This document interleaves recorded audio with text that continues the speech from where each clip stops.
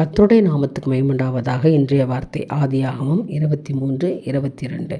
நான் உன் சத்துருக்களுக்கு சத்துருவாயும் உன் விரோதிகளுக்கு விரோதியுமாயும் இருப்பேன். ஹல்லேலூயா.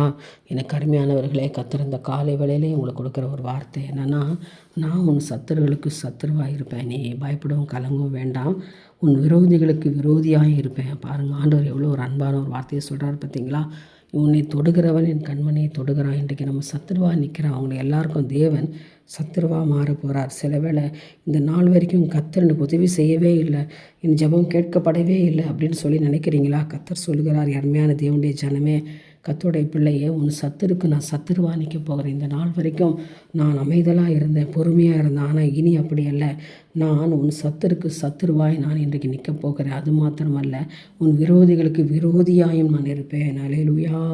இனி ஒருவர் உங்களுக்கு முன்பாக எழும்பி நிற்பதில்லை. கர்த்தர் சொல்கிற யுத்தம் நான் பண்ணுவேன், அவர்களை அழித்து போடுவேன், அவனை நாசமாக்கி போடுவேன். நீ பயப்படவும் கலங்கவும் வேண்டாம், நீ ஜெபத்திலே மாத்திரம் உறுதியாய் தரித்திருங்க.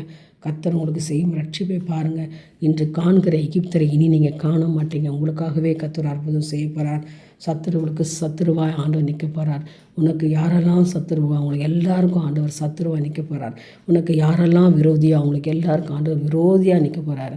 இந்த வசனத்தின் போய் விசுவாசிங்க. இந்த காலை வேளையிலே கர்த்தர் உங்களோட பேசுகிறார். நிச்சயமாக இந்த வார்த்தைக்கு பலன் உண்டு, பதில் உண்டு.